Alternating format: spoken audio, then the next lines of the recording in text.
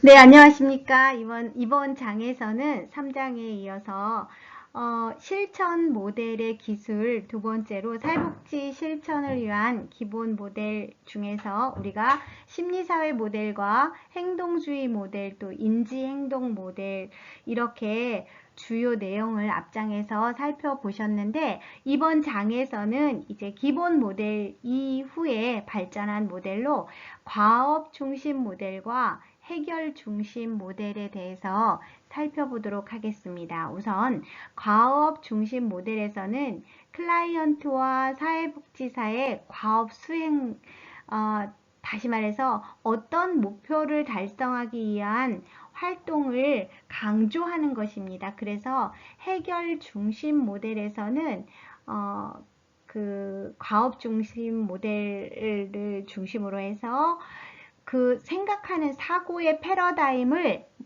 그 패러다임의 문제에서 해결하고자 하는 이런 여러 가지 해결 지향을 개입에 초점을 맞춘다는 게 차이라고 볼 수 있겠죠. 두 모델의 발전 배경과 주요 특성 그리고 그 기술과 기법 등 여러 가지 그 모델 중에서 상당히 다른 모델이긴 하지만 그래도 이 과업 중심 모델과 해결 중심 모델은 단기 개입을 전략으로 목표를 달성하기 위해서는 서로 공통점이 많이 있는 걸 이제 찾아보실 수 있을 거예요.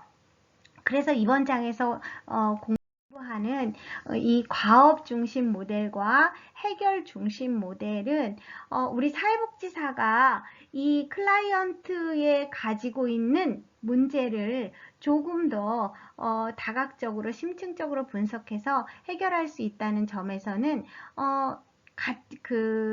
같이 공부하면 훨씬 효과적이라고 생각합니다. 우선 과업 중심을 살펴보도록 하겠습니다.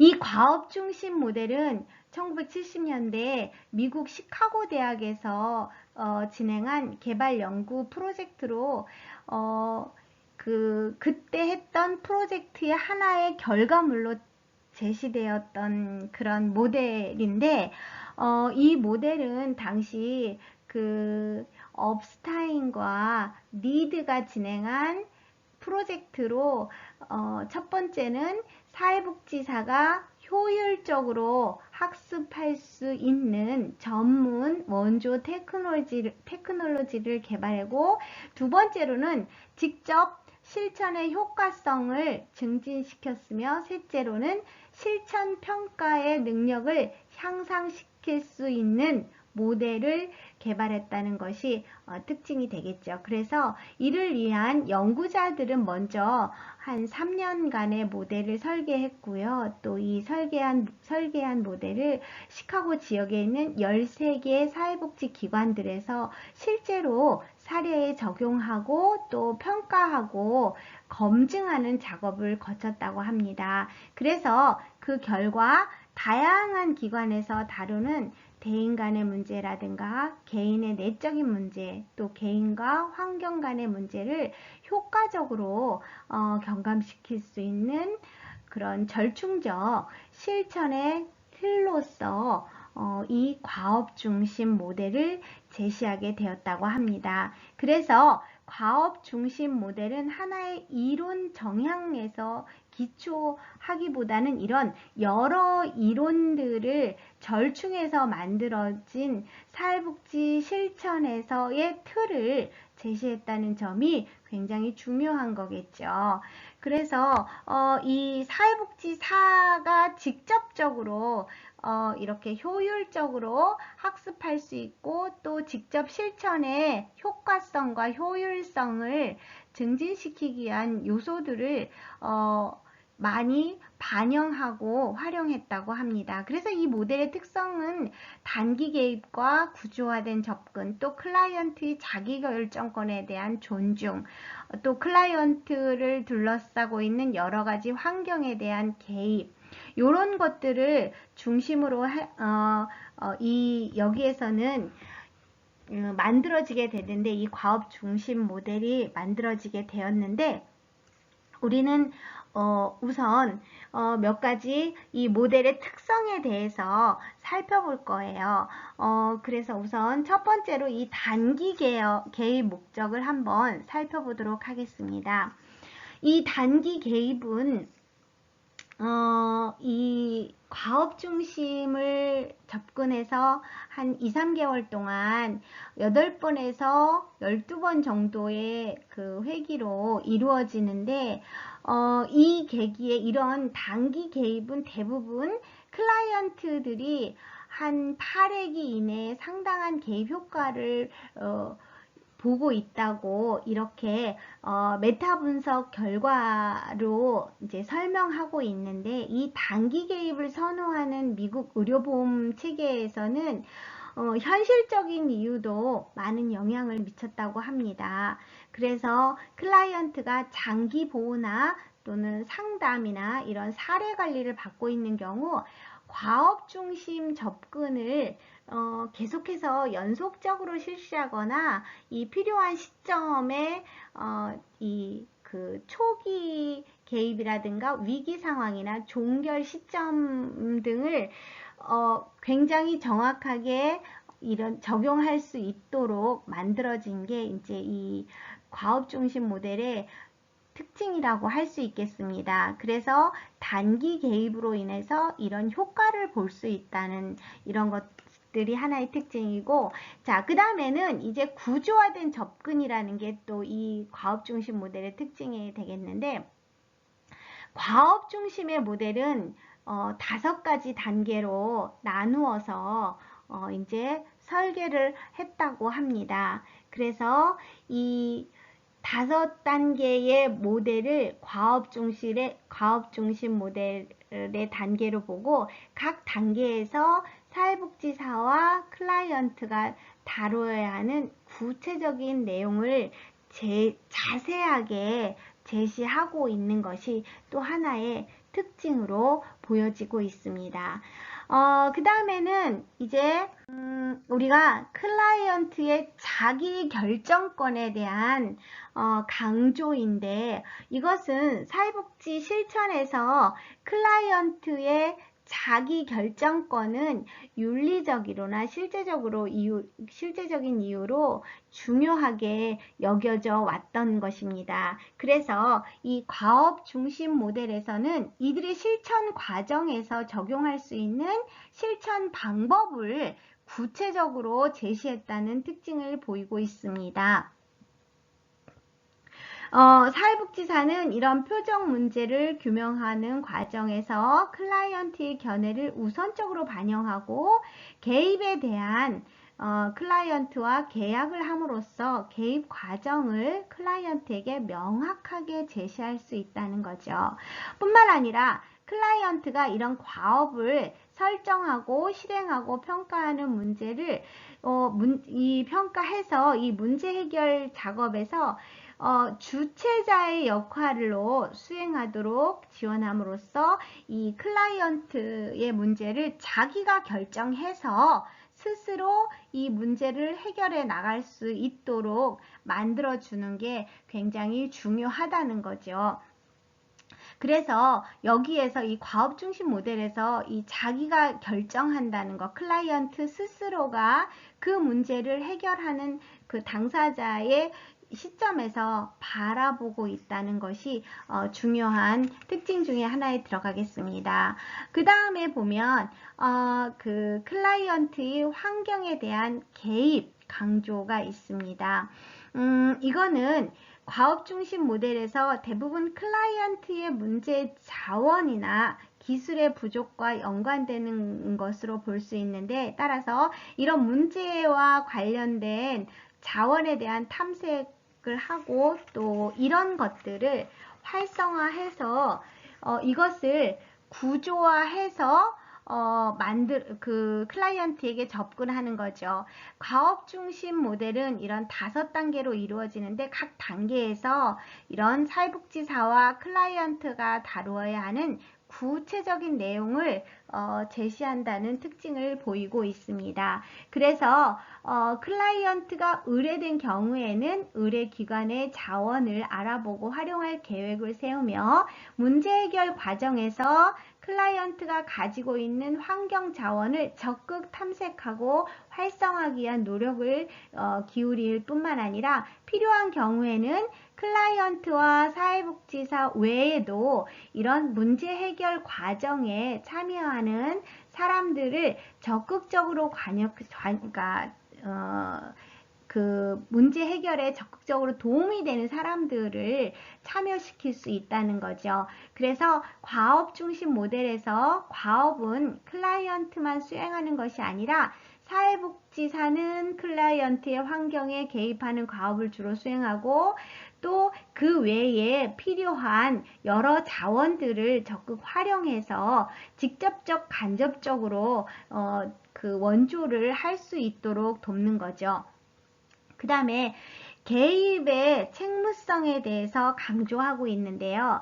이 과업 중심 모델을 개발하기 위한 목적 자체가 실천의 책무성을 증진시키기 위한 것이므로 우리가 앞에서 봤던 그 여러 모델 중에서 주요 요소들이 이 목적과 연관되어 있습니다.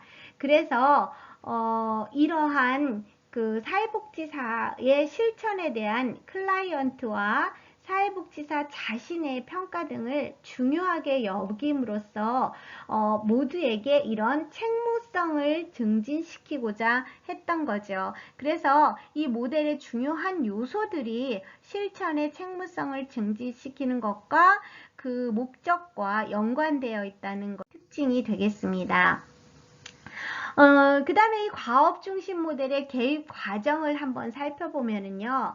과업 중심 모델에서 제시하는 실천의 틀은 시작하기, 표적 문제를 규명하기, 또 계약하기, 실행하기, 종결하기 이렇게 5단계로 구분되어져 있습니다. 근데 이 5단계들이 서로 겹치거나 또는 필요에 따라 이전 단계로 돌아가는 등 이렇게 유연하게 변형될 수 있다는 특징이 있고요. 그렇지만 이렇게 바람직한 결과를 위해서 개입 과정은 체계적이어야 하고 또 이 단계에 따라서 개입을 진행하는 것이 중요하다고 볼 수 있습니다.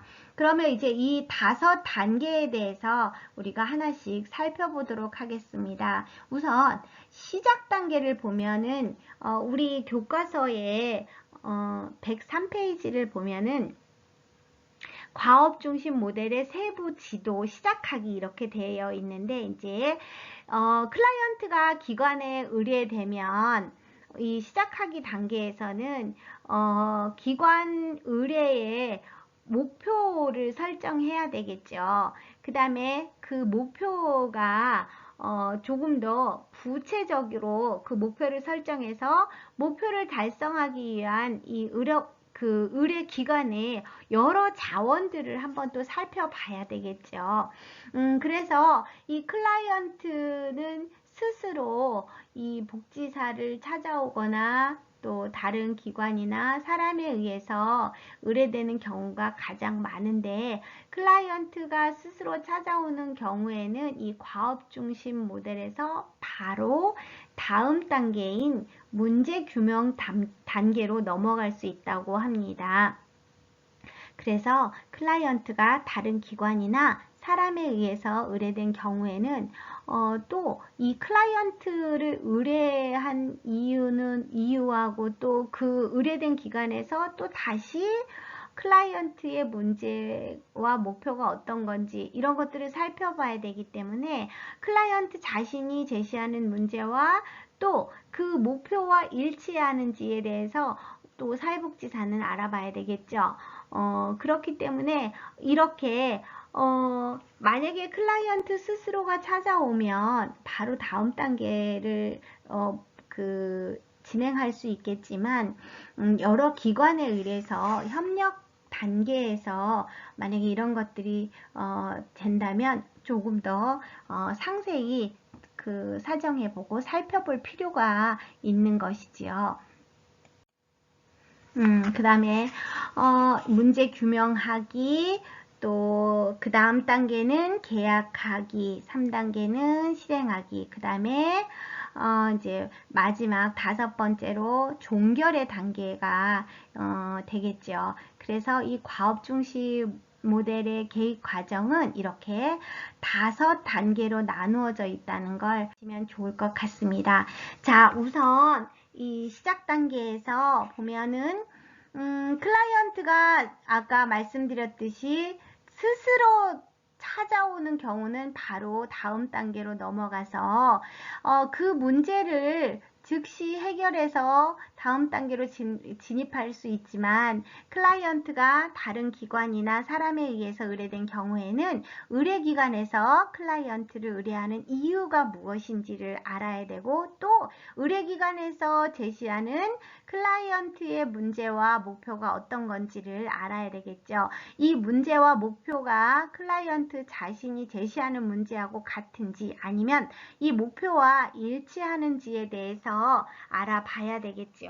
그 다음에 이 의뢰한 기관과 클라이언트의 목표가 일치하지 않는다면 다음 단계로 넘어가기 전에 이거에 대한 협의나 조정이 반드시 필요하겠지요.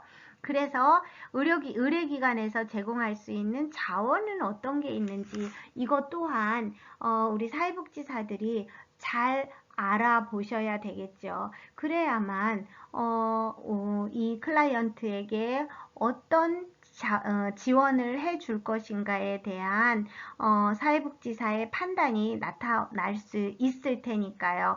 그래서 이 처음에 이 스타팅업 할 때 이런 관계를 잘 설명해 놓은 게 바로 그림 4-1인데, 이 그림을 보시면서 선생님들은 조금 더 이해하기 쉬울 거라는 생각이 듭니다. 그래서 클라이언트에게 이 문제 해결한다는 것은 클라이언트가 가지고 있는 문제의 핵심을 어떻게 바로 알아내고 또 그 문제를 어떻게 빨리 해결할 수 있는지에 대한 요런 시작 단계에서 이런 것들을 잘 구별해 낼 수 있어야 하는 거죠. 그 다음 단계로 이제 이것이 시작되었기 때문에 클라이언트가 가지고 있는 문제가 어떤 건지에 대해서 사회복지사는 개입에 초점이 되는 이 표적 문제를 설정하고, 또 그것을 위해서 클라이언트가 제시하는 이 문제를 잘 탐색해서 출발해야 되겠죠. 그래서 이 과업 중심 모델에서는 표적 문제란 거 되게 중요하죠. 그렇죠? 그래서 클라이언트가 자신의 문제로 인식하고 또 이를 해결하기 위한 이런 문제, 내가 어떤 문제가 있기 때문에 이것을 해결하고 싶다는 것을 사회복지사도 이렇게 그 전문적인 판단으로 해서 그 문제를 인정하고 또 그 문제를 해결할 수 있도록 돕는 게 중요하겠죠. 그래서 이 표적 문제라는 것이 여러 선생님들이 생각하실 때 어렵다는 생각이 아니라, 표적 문제라는 게 바로 클라이언트 자신이 문제를 가지고 있는 걸 아는 거죠. 그래서 클라이언트가 자신의 문제로 인식하고 이를 경감 혹은 해결하기 원하며 사회복지사도 전문적 판단으로 인정하는 문제가 바로 표적 문제가 되겠습니다. 그리고 이 표적 문제를 설정하기 위해서 클라이언트가 제시한 문제를 잘 탐색해서 거기서부터 출발하는 거죠.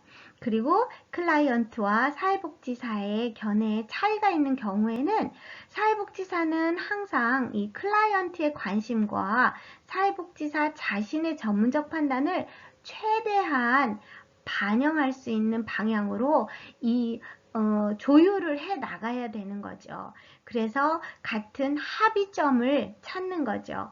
그래서 표적 문제는 우선 순위에 따라서 최대한 3가지 정도로 제한하는 것이 좋다고 합니다.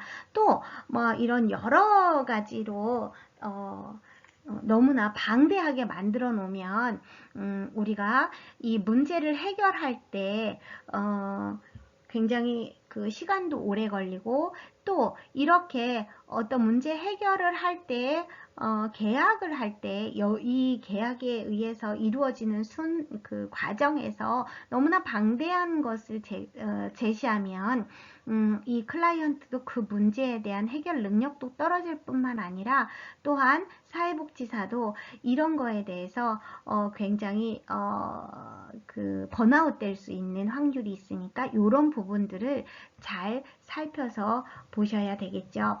표적 문제를 설정한 다음에는 사회복지사는 초기 신속한 사정을 함으로써 이 클라이언트와 계약을 하기 위한 예비 사정으로 본격적인 사정의 실행 단계로 이루어진다고 되어 있습니다. 이것은 이제 사회복지사가 그 클라이언트에게 그 문제를, 어떤 문제를 그 설정해서, 즉 표적 문제를 설정하는 과정에서 사회복지사는 클라이언트의 문제를 가장 최대한으로 해서 서로 상의하는 과정에서 사회복지사는 우선적인 것이 클라이언트의 입장에서의 바라봐야 된다는 게 중요하겠죠. 그래서 이 문제의 규명 단계에서는 클라이언트와 이 그 계약을 이루기 위해서 우선적으로 문제를 그 사정할 때 클라이언트에게 우선적으로 생각할 수 있는 시간과 또 그가 이야기하는 것들을 최대한으로 잘 듣고, 또 그 클라이언트가 원하는 문제의 해결을 도울 수 있는 방향으로 나가야 되겠죠. 그래서 우리 교과서에 보면은 그림 4-1을 한번 보시면요. 우선 클라이언트의 표적 문제를 규명하는 것을 나와 있어요. 그래서 문제를 찾아내는데 클라이언트가 규정한 문제들, 또 클라이언트의 우선순위 3개까지, 그리고 의뢰기관의 우선순위, 위임된 문제들, 만약에 다른 기관에서 어떤 문제로 이 클라이언트에게 이런 그 사정과 또 이 문제를 해결할 수 있는 게 필요하다라는 문제를 가지고 왔으면 이것 또한 클라이언트 입장에서 그들과 잘 이야기를 해서 조율을 해야 되겠죠. 그래서 예비적인 초기에 이렇게 신속하게 사정할 수 있도록 만들어내야 되겠죠. 요것이 이제 그 1단계로 그 문제를 규명하는 단계가 되겠습니다. 그래서 과업 중심 모델에 대해서 제기하는 의문 가운데 하나는 단기 개혁을 통한 외현적 변화에 초점을 두게 되면서 인간 내부 깊숙이 자리 잡고 있는 과거의 발달 과정에서 경험한 여러 상처로 인한 문제에 적절히 수용할 수 있는가에 대해서 생각해 보시고요. 또 이에 대한 이 앱스타인과 브라운이 이런 그 과업 중심 모델을 만들어냈을 때 이런 인간의 내적인 과거의 영향도 현재 상황을 개선함으로써 감소시킬 수 있을 뿐만 아니라, 인간 내적인 과거의 영향이라는 것이 그 근원을 찾을 수 없는 경우가 많다고 설명하고 있습니다. 이 두 학자가 이야기하는 것은 클라이언트가 지금 나타나는 이런 문제들이 어디에서 시작되고 또 어떤 영향을 받았는지에 대해서 설명하기 어렵다는 이런 설명이죠. 그렇지만 클라이언트가 현재의 상황을 개선하고 노력할 수 없을 정도로 과거의 상처가 클 때, 이럴 때는 장기 개입으로 들어가서 이 장기 개입 혹은 집단 상담이나 가족 상담이 더욱 적절할 수 있다고 이야기하고 있습니다. 그래서 이 과업 중심 모델의 특징 중에 하나가 이제 이렇게 이 클라이언트의 문제가 어떻게 시작되었는지 모를 때는 그 주변에 도움을 받을 수 있는 여러 상황들을 도움 받아가면서 이 문제를 해결할 수 있다는 그런 장점과 특징을 갖는 거죠. 자, 그 다음에는 이제 사정을 하게 되면 이제 계약을 하게 되죠. 그래서 이 계약 단계에서는 문제 해결 방향에 대한 클라이언트와 사회복지사의 동의로 서면 혹은 구두로 이루어집니다. 그리고 계약에 포함하는 내용은 우리 교과서에 나와 있습니다. 우선 살펴보면은요. 우선적인 표적 문제들을 최대 3가지까지 보라고 아까 말씀드렸죠. 그리고 사회복지사가 인정한 클라이언트의 구체적인 목표들을 정하고요. 또 클라이언트의 일반적 과업들을 정하고 사회복지사의 일반적인 과업을 정하고 또 이 개입 과정에서 이 지속적인 기간이라고 나왔는데 이것은 내가 언제부터 시작해서 언제까지 할 것이라는 것을 정해야 되는 거죠. 그래서 제가 이 면접을 통해서 뭐 10회기면 10회기, 8회기면 8회기 뭐 이렇게 이때에 이런 것들을 결정하는 거죠. 그래서 어느 날 오늘 건지 이 면접 일정을 이야기하고 그 다음에 개입 일정 이런 것들을 포함해서 이 계약을 할 때는 구체적으로 계약을 해야 돼요. 그래서 이 클라이언트가 내가 이 계약을 통해서 이 과업을 실행할 수 있고 또 이 목표를 내가 정한 그 목표까지 달성할 수 있다는 신념을 심어줘야 되겠죠. 그래서 이 과업 중심 모델에서는 그 목표는 표적 문제가 해결된 상태를 의미하는 거라고 했습니다.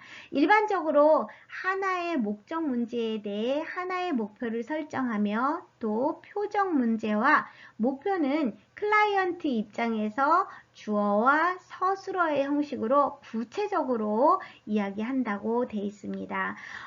그리고 여기 예로 다음은 바람직하지 않은 문제와 목표를 바람직한 문제와 목표로 변경한 예시다 해서 우리 교과서에 나와 있는데요. 이거를 보면 바람직하지 않은 표적 문제는 사회 기술 부족 이렇게 해서 바람직한 표적 문제를 살펴보면 A는 학과 친구들과 자연스럽게 어울리지 못한다.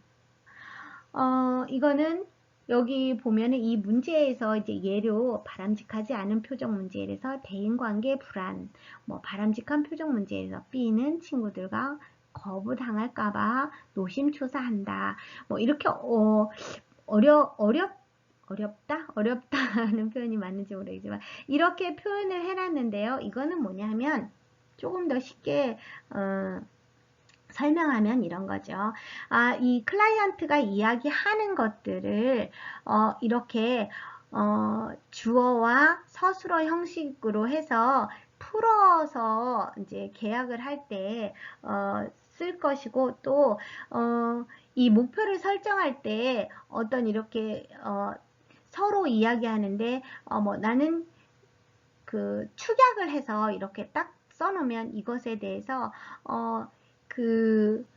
나중에 클라이언트와 사회복지사가 서로 이 말에 대한 그 의미가 다르게 해석될 수도 있거든요. 그렇기 때문에 이 목표를 설정할 때는 항상 어떤 것인가에 대해서 정확하고 명확하게 기록하라는 그런 의미입니다. 그래서 그 클라이언트와 어떤 그 문제가 생겼을 때는 구체적으로 기록을 하는 것이 바람직하다고 볼 수 있습니다. 그렇기 때문에 이것에 대해서 계약을 할 때는 사회복지사와 클라이언트가 서로 구체적으로 대화를 하고 그 내용에 대해서도 이렇게 표적 문제라고 얘기했는데 그 문제를 주어와 서술형 형식으로 구체적으로 서술하라는 거죠. 그래서 나는 뭐 이런 부분들에 대해서 여기도 보면 그렇게 돼 있잖아요. 예를 들어서 여기 진로 선택 이렇게 써 있으면 진로를 선택하는 데서 이 클라이언트는 어떤 것을 어떻게 할 것인가에 대한 것에 대해서 구체적으로 질문이 안 돼 있는 상태잖아요. 이런 것이 우리가 계약할 때는 이렇게 정리하는 게 아니라 조금 더 서술형으로 적어놔서 나중에 어느 때 어느 시에 이것을 보더라도 클라이언트와 사회복지사가 합의하고 동의할 수 있도록 이렇게 구체적으로 적어 놓는 것이 현명한 방법이라 하겠습니다. 과업이란 목표를 달성하기 위해 클라이언트와 사회복지사가 수행해야 하는 활동으로서 클라이언트와 사회복지사가 함께 계획하고 동의한 후에 수행하는 문제 해결 활동을 말한다. 라고 써 있습니다. 이 과업은 사회복지사가 클라이언트에게 일방적으로 부과하는 과제와 차이가 있고요. 또 앞으로 이 이야기한 클라이언트만 과업을 수행하는 게 아니라 사회복지사도 이것을 수행하기 위해서 같이 함께 이 과제를 수행해 나가는 거죠. 그래서 사회복지사는 주로 클라이언트와 이 과업 수행을 지원하기 위한 활동을 하는데 다른 기관이나 또는 클라이언트의 주변에 클라이언트 중심의 가족이라든가 친구, 이웃 등과 같이 협의해서 이런 과업을 수행하는 것이 바람직하다 할 수 있습니다. 그래야지만 이 과업을 수행하는 과정을 조금 더 빠르게 이 클라이언트가 해결해 나갈 수 있는 방향이 되겠습니다. 그래서 과업은 면접 과정에서 수행하는 과업과 또 회기 사이에서 그 집 또는 그 환경 이런 데서 수행하는 과업이 있습니다. 또한 혼자서 하는 과업이 있고 두 사람 이상 교환으로 수행하는 과업이 있고 여러 가지 다양한 형식을 띄었는데 이럴 때도 마찬가지로 이 과업은 이렇게 서술형 형식으로 구체적으로 정리해 주시는 게 좋습니다. 자, 다음은 이제 실행 단계를 한번 살펴보도록 하겠습니다. 실행 단계는 계획 과정에서 가장 많은 시간을 할애하는 단계가 되겠죠. 그쵸? 우리가 이 계획 과정에서 이 실행 단계를 가장 많이 시간을 할애하는 가장 큰 이유는 이 실행 단계에서 클라이언트와 내가 이전에 계약을 하고 이것을 어떻게 실행할 것인가에 대해서 클라이언트와 충분히 상의하고 또 이 부분에 대해서 어떻게 이루어질 것인가에 대해서 다 이야기를 하는 과정에서도 클라이언트는 이 상황에 따라서 계속 변화되고 또 이 주변에서 또 그를 돕는 역할을 하는 여러 가족이라든가 주위 환경에 주어지는 이런 이 클라이언트를 둘러싸고 있는 협의할 수 있는 같이 함께 과업을 수행할 수 있는 이런 여러 과정들을 가지고 있는 또 주변의 문제들도 또 다시 해야 되고 또 이런 것들을 할애하기 위해서 이 실행 단계가 가장 많은 시간을 할애하게 됩니다. 그래서 우리 그 108페이지를 보시면 3단계 뭐 이렇게 문제 해결, 과업 성취 문제, 경감 필요에 따라서 선택한다 해서 이제 여기서 보면 표적 문제를 중심으로 해서 사회적 맥락 뭐 이렇게 쭉 정리되어 있습니다. 이것은 여러 선생님들이 좀 한번 찬찬히 읽어보시고요. 이 과업을 실행해서 이 과업들을 수행하는 자원들로부터 해서 또 검증하는 과정까지 이렇게 자세히 그 세부 지도 모델이 여기 적혀져 있거든요. 근데 이런 것들은 선생님들이 조금 더 구체적으로 차근차근 좀 살펴보시면 너무 좋을 것 같습니다. 그래서 우선 사정은 표정 문제를 보고 또 사회적 맥락과 클라이언트의 장점을 포함한 인지적, 정서적 상황에 대한 포괄적으로 만들어지면서 이 사정의 단계에서 그 클라이언트의 그 핵심적인 문제가 어떤 건지를 잘 그 사정을 하셔야 되죠. 그래서 이 문제 해결을 위한 대안들을 실행하기 위해서 클라이언트와 사회복지사는 과업들을 개발하고 수행한다 했습니다. 그리고 이 구조화된 표기법, 차트, 그래프, 간결한 이야기책, 코멘트 등을 사용해서 모니터링을 항상 해야 된다라고 되어 있습니다. 이것은 뭘 의미하냐 하면 이런 거죠. 우리가 이런 어떤 한 클라이언트를 사정에서 종결까지 가는 과정에서 여러 가지 문제를 만날 수 있습니다. 그런데 이때 모니터링을 하지 않고 코멘트를 주지 않고 이렇게 하게 되면 이 문제에 대해서 중간에 실행 단계에서 이 문제가 지금 어떻게 진행되고 있는지에 대해서 막 갈팡질팡 할 수 있는 경우가 있거든요. 이런 것들을 방지하기 위해서 반드시 항상 간결한 채 이야기를 하고 코멘트를 드리고 또 이거에 대해서 모니터링을 항상 잘 하는 그런 사회복지사가 돼야지 되겠죠. 그래야지만 이 클라이언트가 가지고 있는 것이 어떤 것이 얼만큼 변화가 되었는지에 대해서 알아낼 수가 있는 거죠. 우리 교과서에서 보면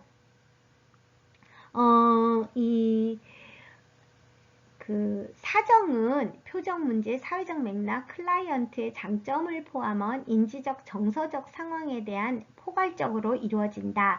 사회적 맥락에 대한 사정에는 직장 혹은 학교 상황, 사회 경제적 지위, 재정 상태, 주거 상태, 건강, 가족, 또래 집단, 문화적 배경 등을 포함한 클라이언트에 대한 사정에서는 성격과 기능 양식, 문제를 해결하기 위한 과거의 노력과 결과 등을 탐색한다. 이렇게 돼 있는데 이 문제 해결을 위한 대안들을 실행하기 위해서 클라이언트와 사회복지사는 과업을 개발하고 또 이것을 수행하고 더불어 과업을 수행하는 과정에서 예상되는 여러 어려움과 장애물을 잘 검토해보고 또 이런 것들을 제거하고 감소하고 또 변경해서 이런 활동의 계획을 세워야 되는 거죠. 그래서 특히 이 과업 수행을 방해하는 장애물들은 사회 환경과 대인 간의 상호작용 또는 클라이언트의 심리 상태에서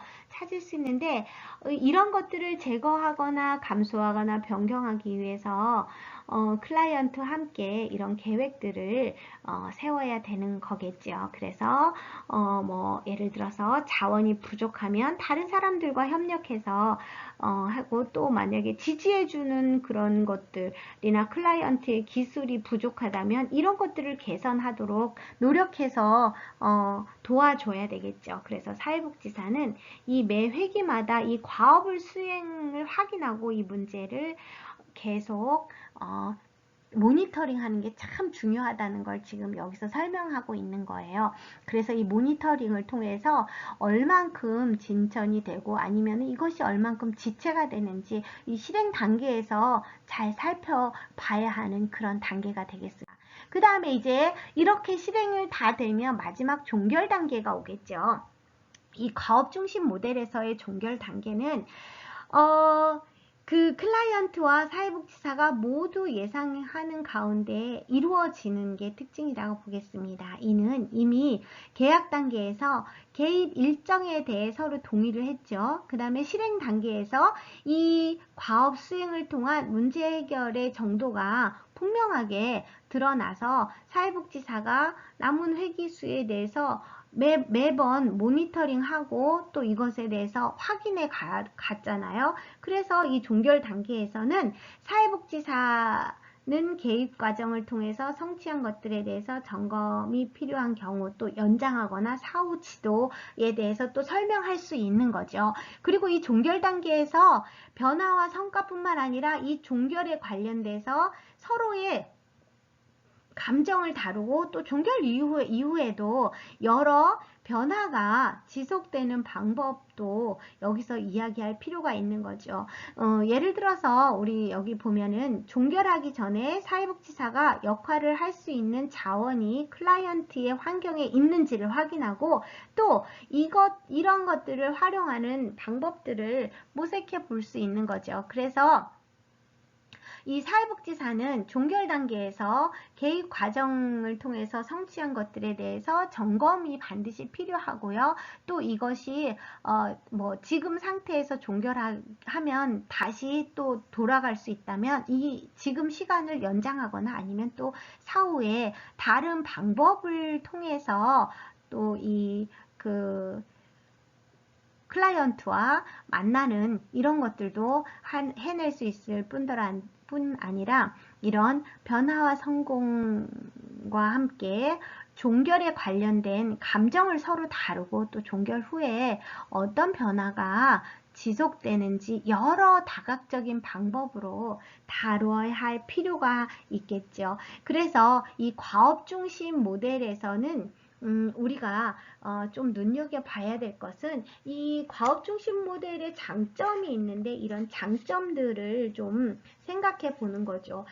그래서 이 클라이언트의 여러 개입 과정을 주위 환경에 있는 자원들을 활용해서 이 클라이언트의 문제를 해결하는 것을 좀 보시면 좋을 것 같습니다. 자, 그 다음에 이제 해결 중심을 한번 살펴보도록 하겠습니다.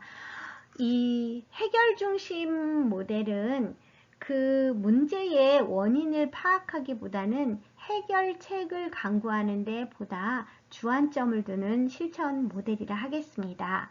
클라이언트에게 문제 해결 능력이 있음을 스스로 인식하도록 함으로써 이 해결 능력을 강화하는 것을 이 해결 중심의 모델이라 보시면 되겠습니다. 그래서 이러한 해결 중심 모델은 클라이언트 중심의 강점 관점으로 접근해서 이 단기간의 개입을 선호하는 효율적인 실천 모델이기 때문에 가족 치료나 아니면 사회복지 실천 현장에서 비행이나 정신건강, 중독 등 이런 다양한 문제들을 이 해결 중심 모델로 치료하고 있습니다.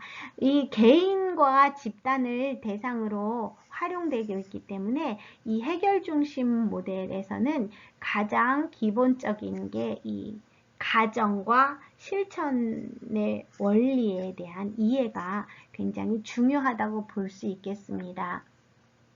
그래서 이 해결 중심 모델에 사용되는 여러 가지 그 모델 중에서 그 해결 중심 모델은 비행이나 중독 이런 데에 많이 사용되고 있음을 여러 선생님들이 이해하시면 좋겠습니다.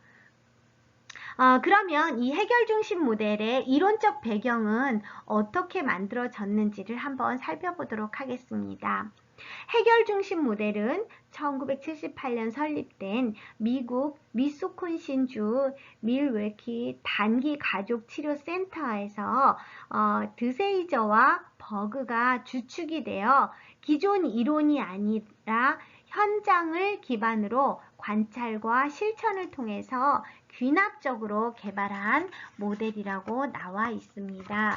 이 이론적 배경에서 보시다시피 이 초기 해결 중심 접근에서는 특정한 심리학 이론을 의식적으로 사용하지 않았다는 특징이 있습니다.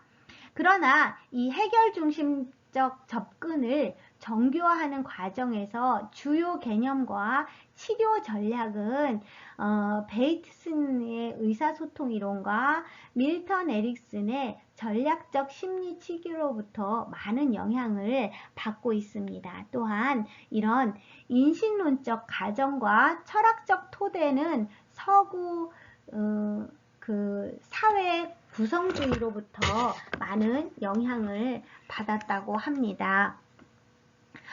그래서 이 해결 중심 모델의 이론적 배경은 이 두 학자 드세이저와 버그라는 이 두 학자가 주축이 되어서 이 이론을 만들었는데, 여기에서는 그 인식론적 가정과 철학적 토대를 근거로 해서 이거를 만들었기 때문에 조금 더 광범위한 이런 이론들이 많이 접목되어 있다는 것을 알 수 있습니다. 그래서 이 클라이언트가 경험한 주관적인 인식에 대해서 강조했고요.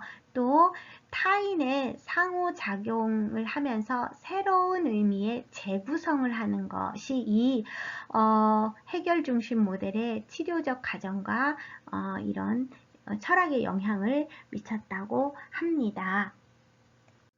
자, 그러면 우선 이 해결 중심 모델에서 우리 교과서에 여기 한 장 더 넘기시면 이제 기본 가정이 나오는데, 그 가정을 보기 전에 우리 교과서를 한번 보도록 하겠습니다. 우리 교과서 114페이지를 보면 전략적 심리치료와 또 그 다음에 의사소통 이론, 또 사회 구성주의 이렇게 나와 있는데, 요거를 한번 살펴보면은요, 전략적 심리치료는 해결 중심의 주요한 실천 전략은 밀턴과 에릭슨의 전략적 심리치료로부터 영향을 받았으며, 의료 체면으로 저명한 밀턴 에릭슨의 특징인 심리치료 이론보다 상담자 개인 특성에 기반한 치료적인 의사소통을 더욱 중요시했으며, 창의적인 해결책을 돌출하는 무의식에 대한 접근법으로 유명하다. 밀턴 에릭슨은 정신분석을 공부했지만 실제 정신분석을 상담 현장에 적용해 보면서 지나치게 시간이 많이 걸리고 방법적 측면에서도 비효율적인 것을 인식하고 전략적 심리 치료를 고안하게 된다. 그래서 여기에서 이제 이 해결 중심 모델이 나타나게 되는 거죠. 그렇기 때문에 그 전략적 심리 치료 기술이라는 것은 우리가 그 여러 가지 기법들 중에서 그 정신분석이라는 그 공부를 우리 요 앞장에서 했잖아요. 제가 잊어버리지 말라고 이야기 드렸던 그런 것들이 너무나 시간이 오래 걸리기 때문에 이제 이런 전략적 심리 치료를 하게 됐다는 그런 이야기고요. 의사소통 이론이라는 것은 이 해결 중심 모델에서 서로 상호작용과 의사소통을 강조했다는 거죠. 그래서 이 체계적 관점을 이야기한 이 베이스튼이나 이런 사람들의 의사소통 이론이 많은 영향을 받아서 이제 이런 이론이 만들어지게 되었다라는 거예요. 그래서 여기에서는 보면은 항상 언어적인 것과 비언어적인 상호작용이 이제 실증적으로 기록하고 관찰함으로써 의사소통 과정에 대한 연구를 심화시켜 나가는 이런 것들이 보이고요. 특히 이런 언어적 의사소통과 비언어적인 의사소통의 브리치가 가족 간에 얼마나 이런 역기능적 의사소통이 나타나는지를 이론화함으로써 다양한 실천 분야에 영향을 미쳤다라고 되어 있습니다. 이것은 우리 일상생활에서도 마찬가지로 보시면 될 것 같아요. 우리가 이야기하는 것과 또 내가 말로 표현하지 않지만 비언어적인 표현으로 나타내서 상대방에게 내 의사소통을 전하는 그런 방법들이 많이 있음을 우리는 볼 수 있습니다. 그래서 이 의사소통이라는 것은 상대방이 이야기한 것과 이야기하는 사람과 듣는 사람의 명확성을 떼어야 되는데 우리는 때로 말하는 자와 듣는 자가 서로 듣고 싶은 말만 듣고 하고 싶은 말만 하는 경우가 있잖아요. 그래서 이런 것들을 최대한 그 증폭을 줄이기 위해서는 서로가 이런 언어적인 표현과 비언어적인 표현에 대해서 확실한 표현이 반드시 필요할 거라는 생각이 듭니다. 자, 그 다음에 사회 구성주의를 한번 살펴보면요. 사회 구성주의에서는 지식이란 발견되는 것이 아니라 구성되는 것이며 그 구성은 한 개인의 사색에 의해서가 아니라 관계 속에서 살아가는 사람들에 의해서 구현되는 것이다. 따라서 대화를 통한 해석과 공유 또 연관된 경험의 과정이 인간의 지식을 창조하는 것이다. 즉 개인의 심리 내적 경험보다는 상호 의존과 상호작용이 심리적 탐구와 설명이 주된 초점이다. 이렇게 정리했고요. 이 주관적 인식과 사회관계나 상호작용에 대한 강조와 같은 이런 사회 구성에서의 주요 개념은 해결 중심 모델의 치료적 가정과 철학에 많은 영향을 미치게 됩니다. 그래서 이 사회 구성주의에서는 단 하나만의 진리가 존재한다는 생각에 그런 것이 아니라 사회적 현실이라는 이런 정확히 아는 것은 불가능하다는 전제를 두고 이런 이론들이 나오는 거죠. 그래서 이 사회 구성주의의 가치에 기초한 해결 중심 모델에서는 클라이언트를 둘러싼 여러 가지 상황에 대한 클라이언트가 주관적으로 인식하는 것이 실제하는 사실이라고 이해하시면 좋겠습니다. 그래서 이 사회구성주의에서는 클라이언트 개인을 타인과 상호작용하면서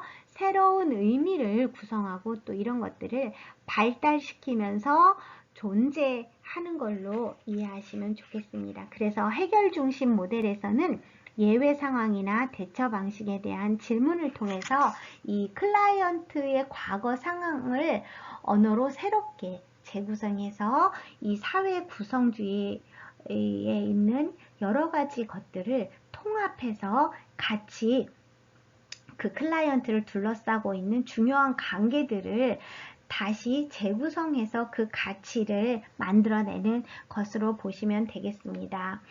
그 다음에 이제 우리 요 표를 한번 보도록 하겠습니다. 기본 가정이라고 해서 해결 중심 모델의 실천 원리와 특성은 기본 가정을 통해서 살펴볼 수 있다. 기본 가정은 드세이저의 단기 가족 치료의 유형에서 언급된 이후 오랜 기간에 걸쳐 다각적인 분석과 평가 등을 통하여 발전되어 왔으며 여전히 진화 중이다. 이러한 가정들 중 모델 형식에 대한 초기 저서에서부터 최근의 실천 연구에 이르기까지 비교적 지속적으로 중요하게 언급되는 가정을 중심으로 모델의 특성을 정리하면 우리 이렇게 표와 같이 나타날 수 있는 것이라고 했습니다. 그래서 이 기본 가정은 지금 계속 연구하고 있다는 그런 이야기죠. 그래서 기본 가정은 여기 보면은 문제 해결에 대한 가정을 살펴볼 수 있고요. 또 클라이언트에 대한 가정, 또 실천가에 대한 가정, 변화에 대한 가정, 효과에 대한 가정, 요렇게 몇 가지로 구분해서 기본 과정을 정해놓고 이 문제를 해결하는 모델을 만들었던 것입니다. 자, 그 다음에 이 실천 과정의 여러 가지의 효과적인 가정까지 5가지 가정을 살펴본 다음에요. 자, 협력관계 유형에 따른 실천 지침을 한번 살펴보도록 하겠습니다. 해결 중심 모델 개입은 성과 분석 연구들에서 발견한 가장 중요한 요인은 클라이언트와 전문가 간의 관계라고 했습니다. 이 해결 중심 모델에서 사회복지사와 클라이언트 간의 관계 유형은 방문형, 불평형, 고객형 이렇게 세 가지 유형으로 구분해서 만들었는데요. 그 특징을 한번 하나씩 살펴보도록 하겠습니다. 우선 방문형은 우선 비자발적인 클라이언트와 사회복지사 사이에 발견되는 초기 관계의 유형이라고 했습니다. 그래서 이 특징을 살펴보면 클라이언트는 비자발적으로 하기 때문에 이 클라이언트로 문제 해결에 대한 인식이나 해결의 필요성을 인식하지 못한다는 거죠. 그래서 클라이언트는 자기 스스로 그 문제를 인식하지 않고 있기 때문에 문제가 자신이 아는 다른 사람에게 있다고 보고 그렇기 때문에 사회복지사가 클라이언트와 어떤 공동의 목표를 설정하는 게 굉장히 어렵게 되겠죠. 또 이 행동 과제를 주는 것도 힘들겠죠. 왜냐하면 클라이언트가 내가 어떤 문제가 있는지에 대해서 잘 모르니까. 그래서 이 방문형 관계에서는 사회복지사는 클라이언트의 이런 비자발적인 태도를 이해해 줘야 되고 용납해 줘야 되고요. 그렇지만 이 클라이언트가 사회복지사와의 관계에서 무엇을 얻고자 하는지에 대해서 알아야 되는 것을 초점을 두고 개입해 나가야 되는 거죠. 이 클라이언트가 어떤 게 문제가 있다는 것을 사회복지사는 그 클라이언트에게 제시해 줄 수 있어야 되겠죠. 그래서 문제 해결에 대한 의지가 없는 클라이언트들은 매 회기 때문에 회기 때마다 스스로 그 문제를 해결할 수 있는 과제를 주는 게 아주 효과적이지는 않게 되겠죠. 왜냐하면 자기 스스로 그 문제를 모르기 때문에. 그래서 이 클라이언트 자신에게 유용한 것들을 칭찬하는 것으로 그 회기를 마무리하는 게 좋다라고 되어 있습니다. 그래서 클라이언트와의 어떤 신뢰 관계라든가 아니면 공감 능력을 높여준다거나 이런 이런 메시지를 전해주는 게 굉장히 중요하게 되겠죠. 실천에서. 그래서 방문형의 실천 초점을 보면은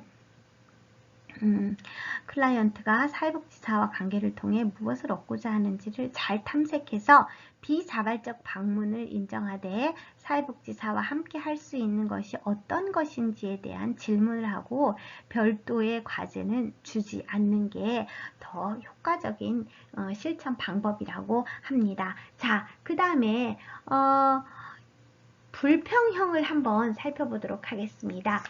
불평형은 그 불평형 관계에서 클라이언트는 문제가 무엇인지 적극적으로 진술하고 또 문제 해결이나 변화의 필요성은 인정하지만 그러한 변화를 위해 자신은 노력하지 않겠다는 입장을 취하게 됩니다. 그래서 클라이언트는 자신이 문제라고 보는 사람을 사회복지사가 변화시켜 주기를 바라거나 그 사람으로 인해서 자신의 좌절과 실망을 표현하는데 더 집중한다는 것입니다. 이것은 클라이언트는 문제가 나한테 있는 게 아니라 다른 사람에게 있다고 보는 거죠. 그래서 문제를 인지하거나 해결에 대한 의지는 약하고 다 다른 사람, 타인에게 이런 것들을 전가하기 때문에 이런 클라이언트를 만나게 되면 클라이언트의 문제가 어떤 것인지에 대해서 도전하기보다는 서로 존중하되 문제 상황 개선을 위해서 클라이언트가 노력해야 될 과제가 어떤 것인지를 생각해 볼 수 있도록 지원해주고 또 클라이언트 탓이거나 지목된 타인을 관찰하는 과제를 주어서 이것이 다른 사람에게 전가되지 않도록 타인의 문제가 아니라 자신의 문제임을 클라이언트가 알도록 해주는 것이죠. 불평등형은. 그 다음에 고객형을 한번 보도록 하겠습니다.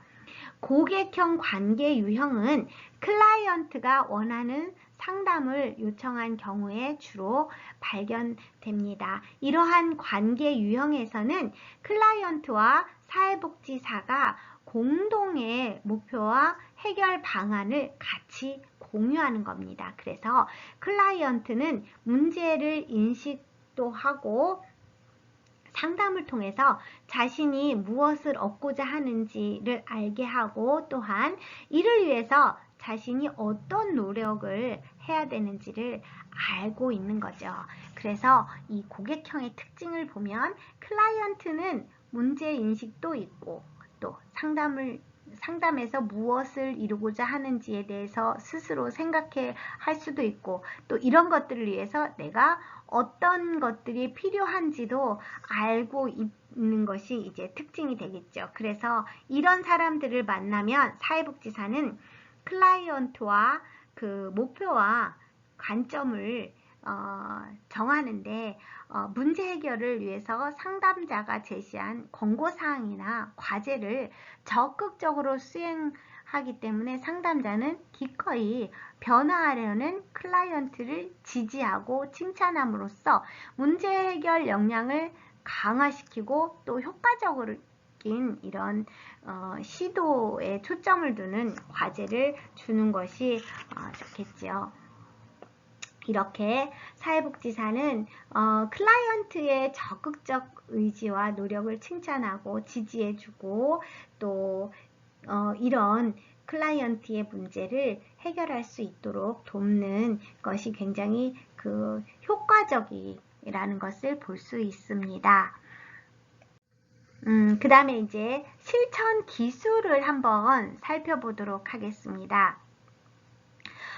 우리가 상담 전에 변화에 대해서 여기 질문하기라고 나왔는데, 클라이언트가 첫 상담을 시작하기 전에 긍정적인 변화를 경험했다고 이야기할 수 있습니다.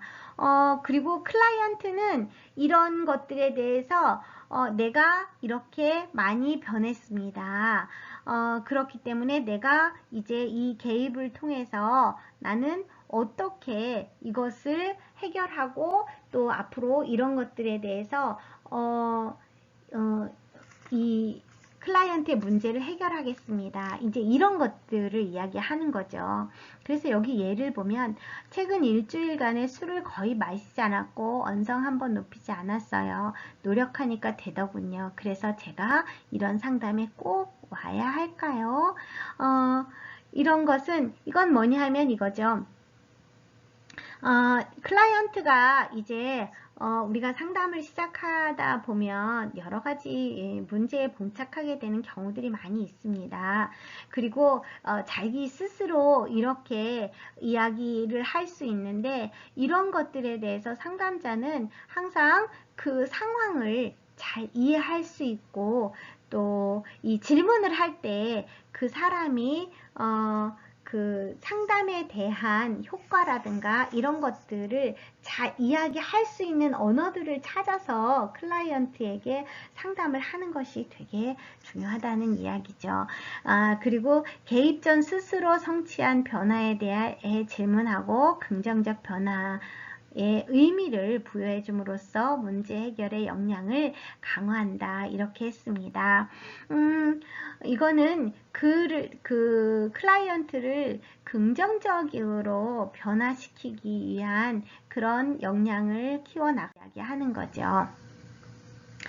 두 번째로 예외를 찾기 위한 질문하기, 이렇게 돼 있는데, 이거는 우리 교재에 있는 그대로 있습니다. 최근에 문제나 갈등이 없었던 예외적인 경우를 찾도록 질문하는 기법, 뭐 최근의 예외에 대한 초점에 맞추는 것, 최근일수록 클라이언트가 자세히 기억하고 있고 다시 발생할 가능성도 높기 때문에 스스로 의식하지 못했으나 성공했던 경험이나 잘하고 있는 것을 발견해서 적극적으로 칭찬해주고 강화해주는 거죠. 예외가 일어나도록 누가 무엇을 어떻게 했는지에 대해서 사회복지사는 알고 있어야 되죠. 그래서 이 질문을 할 때 여기 이제 이런 질문 기법들이 나와 있는데 최근에 문제가 없었던 때는 있었는지요? 완전히 없어진 것이 아니라 문제가 조금이라도 호전되었거나 나아진 적이 있는지요? 이렇게 그 예외의 것들도 질문을 통해서 클라이언트가 더 효과적으로 이 문제에서 빨리 해결될 수 있는 방법을 찾아가는 거죠. 그래서 이런 예외를 찾기 위한 질문가 있고요. 그 다음에 기적에 관한 질문하기가 있습니다. 이것은 기적이라는 용어를 써서 문제 해결 후에 어떤 변화가 있을 것인지를 상상하게 하는 질문 기법으로 해결하기 원하는 것들을 구체화하고 명료화하며 치료 목표를 현실적이고 구체적으로 정하기 위해서 활용되는 것으로 이제 여기 예가 나와 있죠. 이제 기적처럼 문제가 깨끗이 해결되었다고 생각해 보세요. 남편이 퇴근 후 가족과 함께 가장 일상적인 저녁 시간이라고 가정하면 각자 무엇을 하고 있는 것인지를 구체적으로 설명해 주세요. 이렇게 본인이 상상할 수 있는 것, 만약에 가족의 문제라면, 남편의 문제라면 이렇게 질문을 해서 구체적으로 나는 이러이러하게 된 것을 내가 상상하면서 이야기하는 거죠. 그러면 이제 그 클라이언트의 문제가 기억 속에 이런 환상적인 것들이 다 자리 잡게 되겠죠. 그 다음에 척도로 질문하기를 보면 이것은 클라이언트가 인식하는 문제의 정도, 해결의 가능성, 성과의 진전 정도나 관계의 정도 등 다양한 정도의 수준을 수치로 표현해서 하는 질문 기법으로 이거는 이거예요.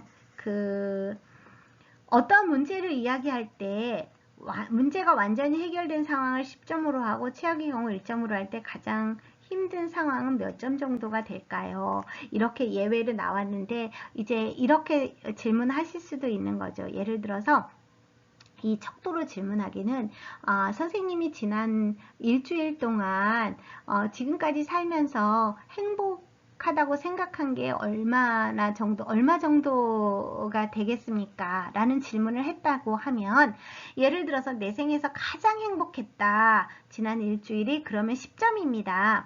그리고 내가 지금까지 살면서 이런 행복을 느껴보지 못했지만 그래도 조금 행복했다 생각하면 이제 뭐 한 8점 정도로 이야기하면 되겠죠. 그 다음에 저는 살면서 뭐 행복하다는 생각을 지난주에 했습니다. 이것이 5점 정도. 이렇게 한 5점에서 10점 정도는 긍정적인 점수로 이야기를 하고 그 다음에 1점에서 5점 정도는 부정적인 이야기를 하시면 되겠죠. 이것이 이제 척도로 질문하는 방법입니다.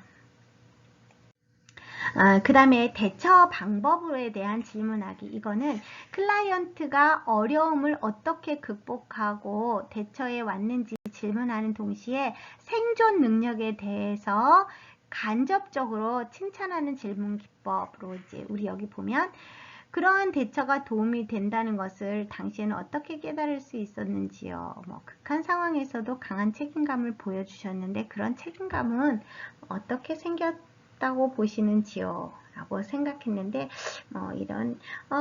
이런 것들은 이제 그 실천 현장에서 여러 선생님들이 그때그때 잘 질문할 수 있도록 평상시에 여러 다각도로 공부해 두시면 좋을 듯 싶습니다. 자, 그 다음에 관계에 관한 질문. 그래서 관계에 관한 질문은 여기 보면 관계에 대한 질문 기법은 전형적인 해결 지향적 질문 기법이라기보다는 클라이언트가 다양한 관점에서 해결 책을 구축할 수 있도록 해주는 기법이다. 특히 가족 문제에서 폭넓게 사용될 수 있는 기법으로 가족 구성원 간의 관계 양식과 반응을 알고자 할 때 유용하다. 가족이나 주요한 타자가 동일한 상황에서 어떻게 서로 반응하는지 상호작용 관계의 특성을 알 수 있다. 라고 했습니다. 여기 예를 보면 남편분이 지금 여기에 계시다고 가정해 보겠습니다. 남편분에게 문제 해결이 되면 두 분 사이에 어떻게 달라지겠냐고 묻는다면 어떻게 대답하실까요?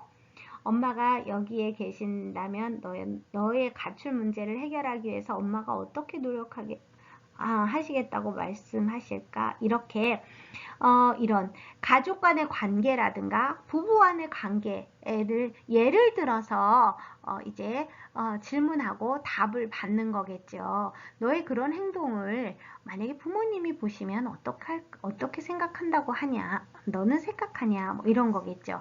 또 남편이 지금 그 일을 보신다면 그 남편은 어떻게 이걸 해결할 거라고 생각하십니까? 이렇게 함으로써 이제 서로의 관계에 대해서 생각해 보는 거죠. 그리고 나서 그 관계를 어떻게 유지하고 또 전개해 가면서 그 관계에서 해결할 수 있는 방법들을 또 찾아내는 거죠. 이것이 관계에 대해 질문하기에 되겠습니다. 그 다음에 이제 실천 과정을 한번 살펴보도록 하겠습니다. 이 해결 중심 모델의 실천 과정을 살펴보면요. 해결 중심 모델의 과정은 일반적으로 해결책을 구축하는 단계와 치료 효과를 유지하고 강화하는 단계로 구분될 수 있다. 해결책 구축의 단계에서는 첫 번째, 문제의 기술, 두 번째, 예외를 찾아내고 해결책을 정의하고 세 번째, 잘 형성된 목표로 발전시키고 네 번째, 메시지 작성과 전달의 피드백 과정을 거친다. 한편 해결책 구축 이후의 상담에서는 일어나는 변화와 진전을 지속적으로 평가하고 유지시키며 강화해 가는 과정으로 이루어진다. 이렇게 실천 과정을 나타냈는데요. 그 실천 과정에서는 몇 가지 이제 그 기술들이 있고요. 첫 번째 문제 기술하기, 두 번째 예외 탐색과 해결책의 정의, 세 번째 잘 형성된 목표로 발전시키기, 그 다음에 피드백 제공하기, 이렇게 정리되어 있습니다. 그 다음에 변화에 대한 평가와 종결에 대한 대화하기, 이렇게 5가지로 이제 구분되어 있습니다. 여기에서 살펴보면 우선 이 문제 기술하기를 한번 보면은요. 해결 중심 모델에서도 클라이언트가 토론하는 문제로 시작하지만 문제 기술 자체에 많은 시간과 노력을 들이지는 않는다. 클라이언트가 가지고 온 문제의 특성과 심각성에 대해서는 깊이 들어가지 않으며 문제의 원인이 될 만한 것들에 대해서도 자세하게 탐색하지 않는다. 사회복지사는 어떤 도움이 필요해서 오셨는지요? 라고 질문하면 대부분 클라이언트들은 해당 문제가 자신의 삶에 어떤 어려움과 영향을 미치는지를 중심으로 설명한다. 사회복지사는 이러한 클라이언트의 문제 중심 대화를 해결 중심 대화로 전환시킬 방법을 모색하면서 경청하면 된다라고 이렇게 돼 있습니다. 그래서 이 문제 기술하기는 클라이언트 스스로에게 해결할 수 있는 대화로 그 클라이언트에게 질문을 하는 거죠. 그 다음에 예외 탐색과 해결책의 정의를 보면 최근에 문제가 일어나지 않거나 그나마 문제가 덜 심각한 경우에 대해서 질문해 본다. 또한 이러한 예외 상황이 일어날 수 있도록 당시에 누가 무엇을 했는지에 대해 자세히 질문하고 예외에 대한 탐색은 문제 중심 대화를 해결 중심 대화로 전환하는 데 도와준다. 이것은 어떤 문제가 일어났을 때 사회복지사는 이 대화를 통해서 해결하는 것에 대해서 그 문제의 해결책이 정의되도록 클라이언트에게 다시 질문하는 거겠죠. 그 다음에 잘 형성된 목표를 발전시키기는 해결 중심 모델에서 잘 형성된 목표는 클라이언트에게 중요하면서 또 상호 작용적인 관계에 관해서 설정된다라고 되어 있습니다. 클라이언트에게 자신의 문제를 설명하도록 하고 자신의 삶 속에서 달라지기를 원하는 것을 이야기하도록 하면 이제 스스로 그 문제에 바람직한 행동의 실제와 결과보다 그 과정이 중요한 것을 인지시키고 그것을 목표로 설정을 해서 이제 그 문제를 해결하게 해주는 거죠. 피드백 제공하기는 해결책 구축을 위한 해결 지향적 면접을 마치면서 칭찬과 제안을 포함한 메시지, 즉 피드백을 전달한다. 피드백은 사회복지사가 클라이언트와 목표 설정과 예외에 대한 대화를 할 때 얻는 정보의 근거가 된다. 이 피드백의 구조는 칭찬, 연결문, 과제로 이어진다. 피드백을 칭찬으로 시작하는 것은 클라이언트가 자신의 문제를 해결하는데 의미 있는 역할을 하고 있다는 것을 강조하는데 효과적이기 때문이다. 연결문은 칭찬과 제안을 연결해주는 피드백의 한 요소로 클라이언트가 사용한 단어나 또 어구를 활용해서 사회복지사가 클라이언트의 의견에 동의함을 표현하고 또 제안은 클라이언트가 자신의 문제를 해결하기 위해서 무엇이 더 실행해야 하는지를 말해주는 것이다. 제안은 클라이언트 자신이 어떤 과제에 초점을 맞추어서 이때 그 과제를 관찰하는 과제나 직접 행동하는 과제 등으로 제안한다. 이렇게 피드백을 설명하고 있습니다. 그래서 피드백은 그 칭찬이나 연결문, 과제로 이렇게 이어져 간다는 거 보시고요. 그 다음에 치료 효과를 유지하고 강화하는 단계를 보면 여기에서는 이 변화에 대한 평가와 종결에 대한 대화하기가 있습니다. 이거는 사소한 변화라도 일어난 그 변화의 진전을 지속적으로 평가하고 유지시키고 강화하는 서로 격려해주는 이런 과정들을 이야기하는 거죠. 자, 우리가 지금까지 이렇게 해결 중심 모델에 대해서 공부를 했는데요. 이 해결 중심 모델에서는 첫 회기 목표 설정에서 과정부터 이 종결에 대한 생각도 하고 또 이 종결을 향해서 가고 또 클라이언트가 종결의 이슈에 대해서 비교적 편안하고 그 변화를 유지할 수 있다는 자신감을 표현할 때 종결에 대한 준비가 되었음을 알 수 있다고 우리 이제 교재는 마무리를 하고 있습니다. 이렇게 해결 중심 모델은 클라이언트가 가지고 있는 문제를 해결하는 거에 초점을 맞추는 거죠. 그래서 그 초점을 맞추는 과정에서 사회복지사는 클라이언트에게 지지해주고 격려해줌으로 인해서 이 문제를 쉽게 해결할 수 있도록 돕는 역할을 해주는 거죠. 자, 우리가 이렇게 이번 장에서는 두 가지의 모델을 배웠습니다. 그래서 이 그 모델 중에서 과업 중심 모델과 해결 중심 모델 두 가지를 배웠는데 선생님들이 이런 것 것들을 잘 충분히 이해하시면 현장에 가서 잘 해결해 갈 수 있다고 생각됩니다. 여러 선생님들 오늘 공부하시느라고 고생 많이 하셨습니다. 감사합니다. 수고하셨습니다.